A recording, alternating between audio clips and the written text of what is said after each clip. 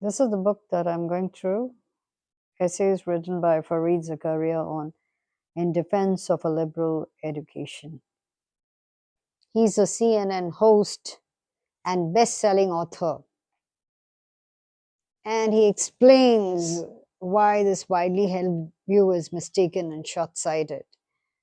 He eloquently expounds on the virtues of a liberal arts education, how to write clearly, how to express yourself convincingly, and how to think analytically.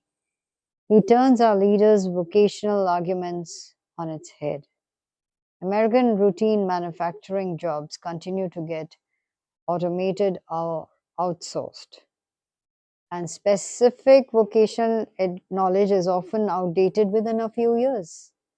Engineering is a great profession, but key value added skills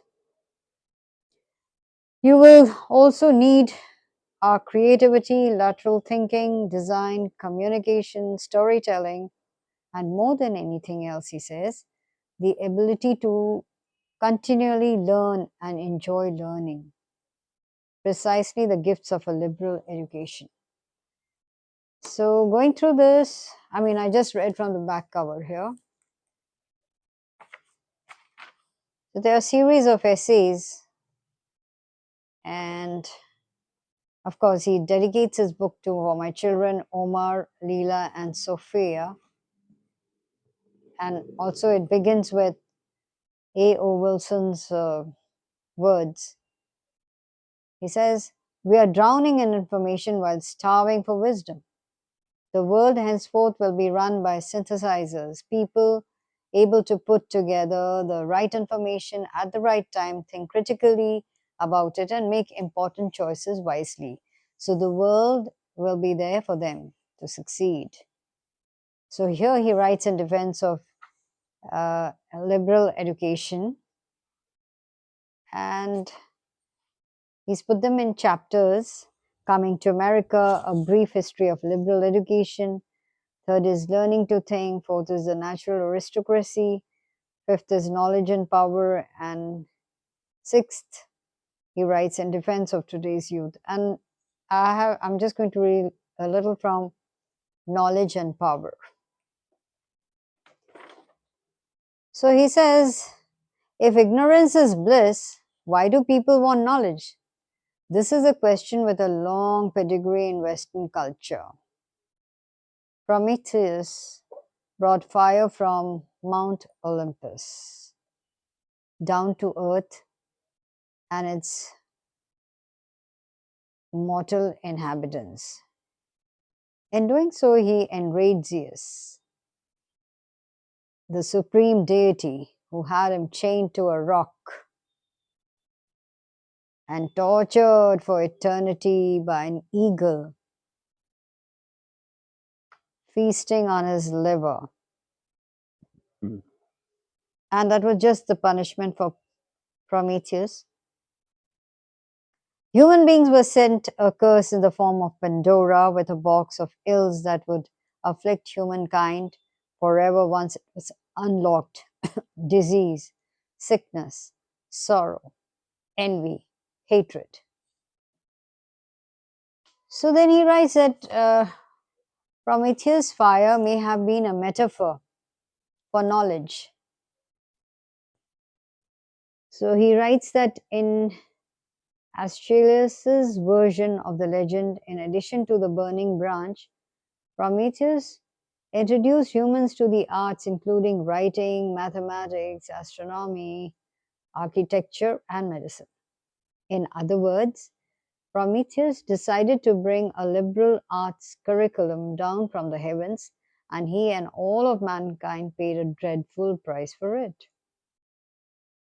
So he also says, so did Adam and Eve. The story at the heart of the biblical history is about the dangers of knowledge.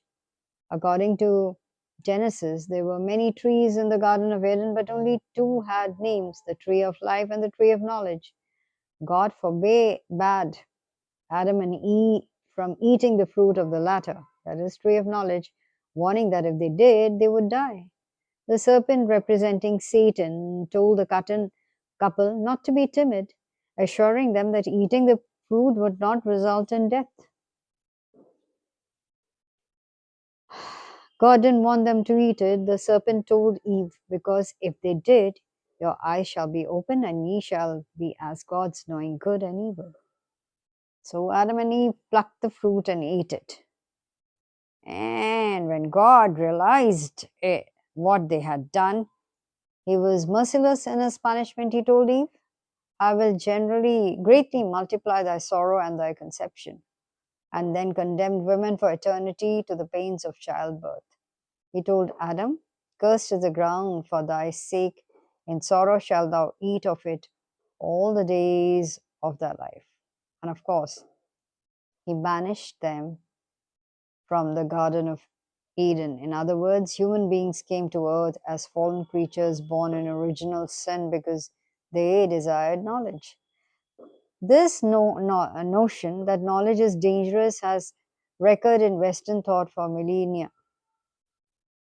Given that the West has made such great stride in its understanding of that universe, it is interesting to note that non Western cultures do not have equivalent myths about the perils of learning. There are some similar stories in other civilizations, but nothing with the import of the tale of Prometheus or the biblical fall of man.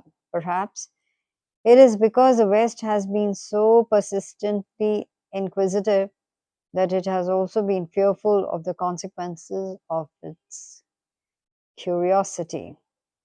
The phrase, ignorance is bliss, comes from a beautiful poem, Ode on a Distant Prospect of Eton College, by the 18th century English writer Thomas Gray. So, in it, the poet writes of his return to his old school and is delighted to see the happy hills redolent of joy and youth. He conjures up a bucolic fantasy of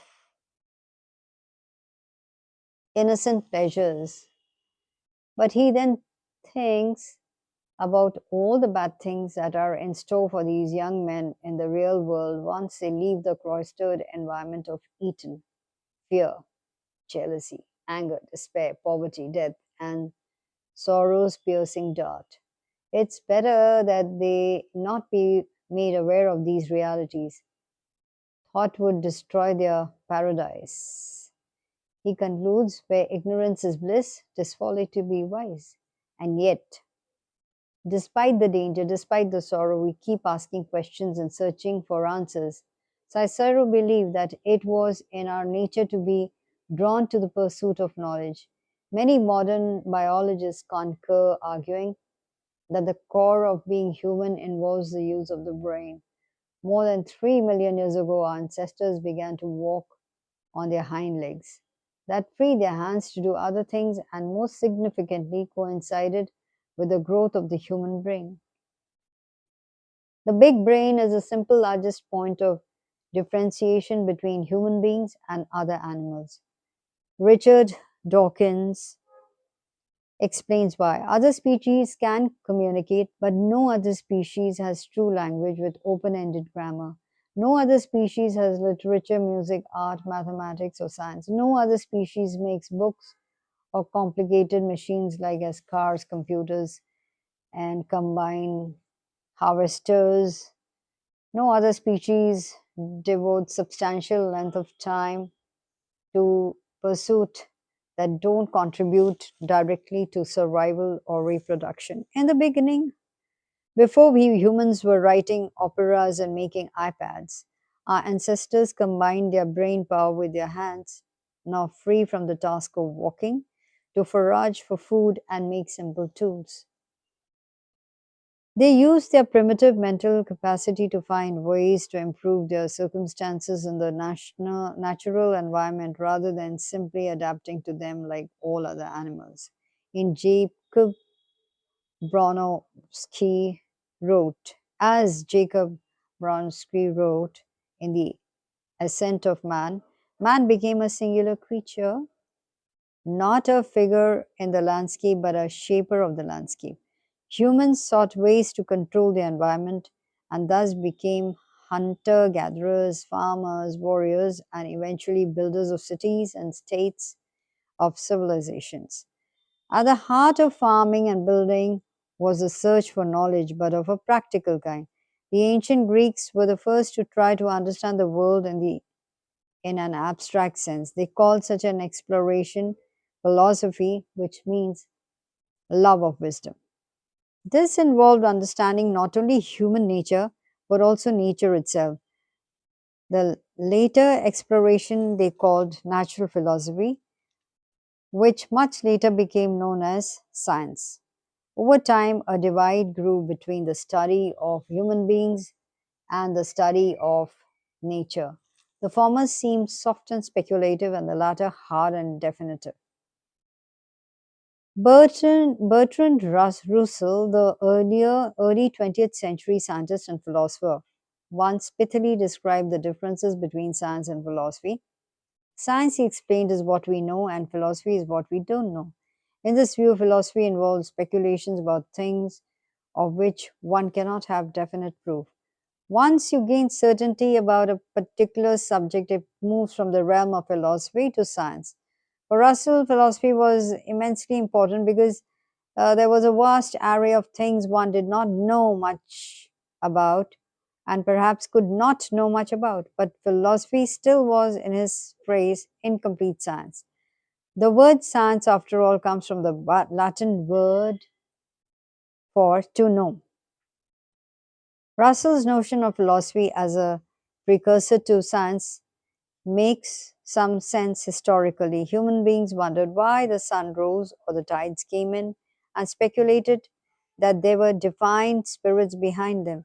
The Greeks posited all kinds of causes for natural phenomena, often attributing them to gods and goddesses, but also to physical and biological factors.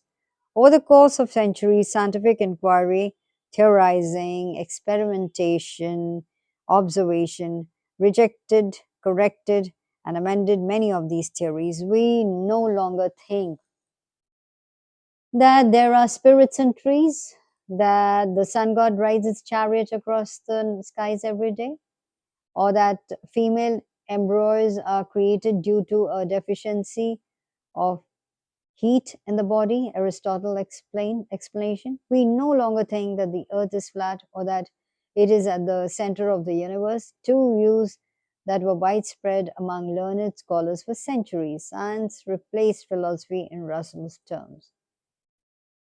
The search for knowledge gave human beings power, just as the Bible anticipated that the power has been used for good and ill. But on the whole, there has been a steady and persistent effort to improve human life. Progress in technology and medicine certainly has dark side effects and dangers of nuclear war, the impact of economic growth on the environment, the moral dilemmas of cloning, over the last 500 years, however, the consequences of knowledge have been positive, and over the last 200, staggeringly positive. At the most basic level, people enjoy longer and healthier lives, possess greater material prosperity, and are organized in ways that have reduced cruelty and misery.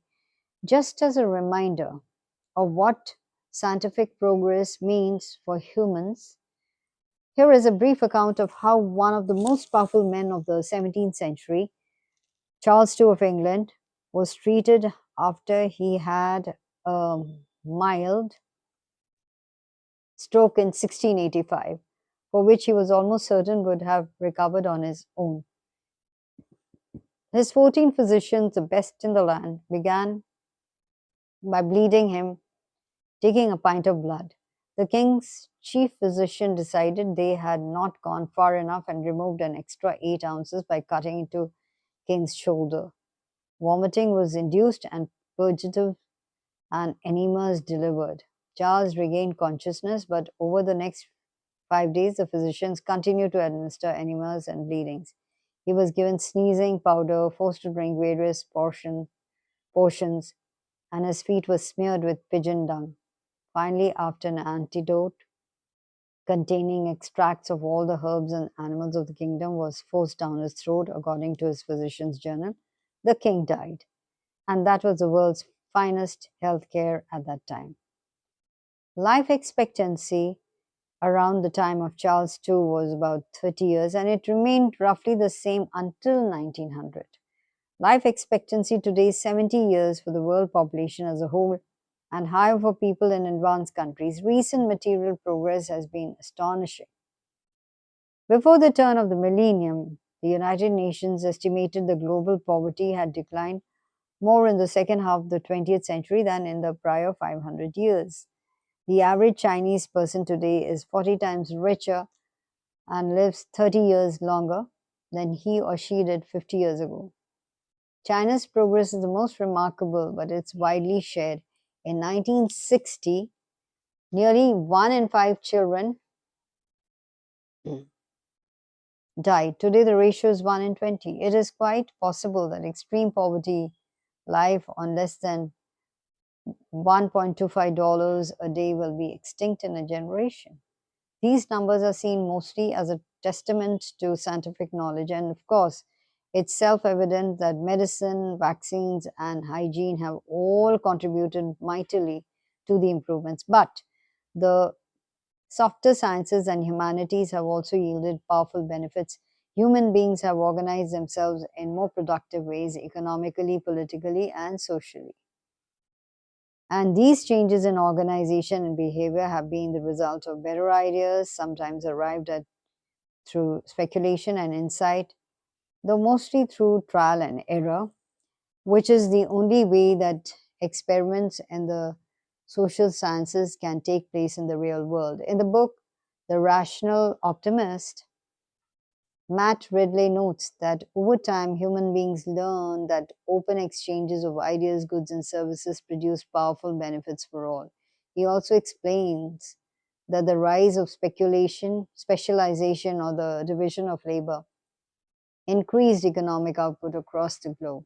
Ideas like these were adapted haltingly, with many steps taken backwards as well as forward as the unsuccessful copied the successful. In The Better Angels of Our Nature, Steven Pinker makes the most famous claim that we are living in the most powerful time in human history. He argues that the rise of certain ideas has had a powerful beneficial impact on the world. The Enlightenment concepts of individual liberty, autonomy, and dignity, for instance, and the beginning of a humanitarian revolution, transformed the world by ending practices like slavery. Pink also writes about the most recent rights revolution, which have led to less cruelty towards minorities, women, gays, and others who were not at the center of the old power structures of society. Some humanists balk at the idea that human beings have made any progress in these fundamental ways. Are we better off than the ancient Greeks? They might ask. The answer is yes. Overwhelmingly, unless you were one of the handful of male Greek aristocrats. And even then, as long as you didn't get a toothache, practices like slavery, serfdom, dueling, and the abuse of women and children have dwindled over the last few centuries as a consequence of broad humanistic ideas, the bedrock of a liberal education. To be sure, more progress is needed, and in some cases, new and perverse forms of oppression have replaced the old fashioned, easily identifiable ones. But that cannot negate the reality that knowledge has led to human advances in tangible ways. 400 years ago, absolute monarchs governed much of the world, and the vast majority of the human population possessed little economic and political freedom. Today, most people live in democracies, and whatever their flaws, they are usually better than the rapacious dictatorships of the past. Until recently, a country's economic policies were designed to produce the maximum benefit for a tiny elite. Think of Africa, and then he talks about where there were no democracies. So today, of course, we are different. Those at the helm of economic policy almost invariably graduates of programs in economics from Western universities. They studied at, say, the University of Chicago or Georgetown or the London School of Economics, and then returned to their central banks and finance ministries to implement some of what they had learned. Healthcare is being provided in a more systematic and a thoughtful way based on ideas that have been tried and proved elsewhere. These kinds of policies are reinforced by a broader culture of educational exchange that takes place through conferences, meeting, publications, and televised conversations. It is not perfect by any means, but it's a lot better than it was 30 years ago. Social science is not a science because, as the Nobel Prize winning economist Herbert Simon put it, the subjects of our study think, but some academic learning has been applied in the real world. Governments have come to adopt best practices from the social sciences, though there are limits to progress in fields as messy as economics and political science. Even steps forward produce a host of unintended consequences that have to be dealt with. Advanced industrial countries continue to face many problems today, yet consider their expansive ambitions to provide economic growth and social security for every one of their citizens. Governments have never tried to do so much for so many. Knowledge can be used for terrible purposes. Fascism, communism, and Islamic fundamentalism have all managed to weave a dangerous ideology out of elements of knowledge, but people have always sought power, and some of them have justified that pursuit through bad ideas. These ideas in almost all such cases are covers for power grabs. That's not to say that ideas do not have a life of their own. Nationalism and religion can be powerful ideologies that hold societies together and stir human beings to action, even horrific violence. But historically, this has not been enough to produce real success. The kind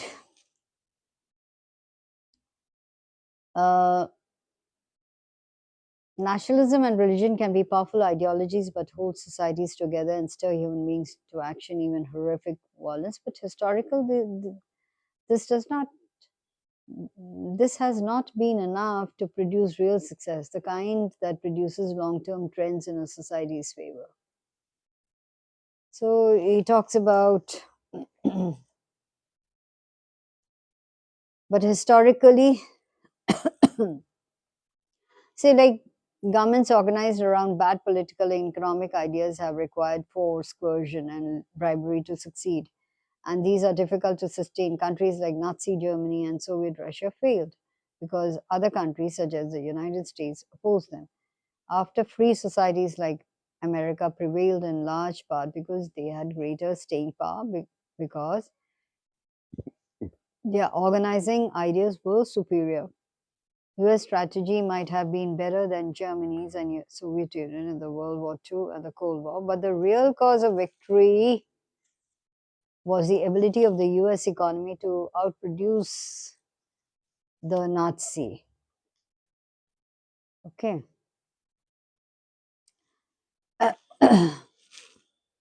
In the long run, societies based on submission generally find themselves at odds with natural human impulses.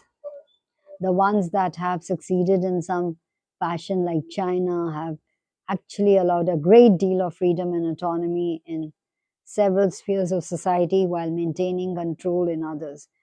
The more China opens itself to a broad exploration of knowledge, to humanistic ideas, to open exchanges, in other words, the values that liberal education celebrates, the more the government will struggle to maintain its tight political control. The New York Times columnist Nicholas Kristof has pointed to three ideas associated with humanities that have positively shaped the world. First, he notes the philosopher Isaiah Berlin's warning that the belief is a single, all encompassing truth inevitably produces blind arrogance, possibly leading to dangerous consequences.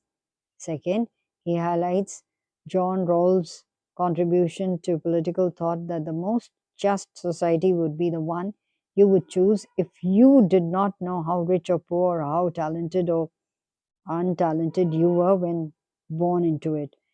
Since those who are often matters of genetics and luck, Rawls posited that we should judge a society from behind this veil of ignorance. Lastly, Christoph highlights the work of Peter Singer, who has brought, brought the treatment of animals and the pain that human beings often needlessly cause them to the fore of a moral consciousness. These are just a few examples. There are many other ideas in the social sciences and humanities that represent in some way or another an accumulation of knowledge and a growth in insight, marking an advance in human affairs. Of course, most people read books, understand science, and experience art not to change the world, but to change themselves. But is our current system, the liberal education, changing young people for the better? So he ends up with that question. Of course, they are very good the way he writes. Fareed Zakaria has been called the most influential foreign policy advisor of his generation. He is the Emmy nominated host of CNN's Fareed Zakaria's GPS, contributing editor to The Atlantic, a columnist for the Washington Post, and the best selling author of The Post American World on the Future of Freedom. And he lives in the New York City. Look at this. So he writes in defense of a liberal education, brilliantly and provocatively argues that the university is much more than a vocational school. The flight from the liberal arts is leaving an impoverished. Zakaria's book couldn't have come at a more valuable moment, says Malcolm Gladwell in praise of the book. That's it.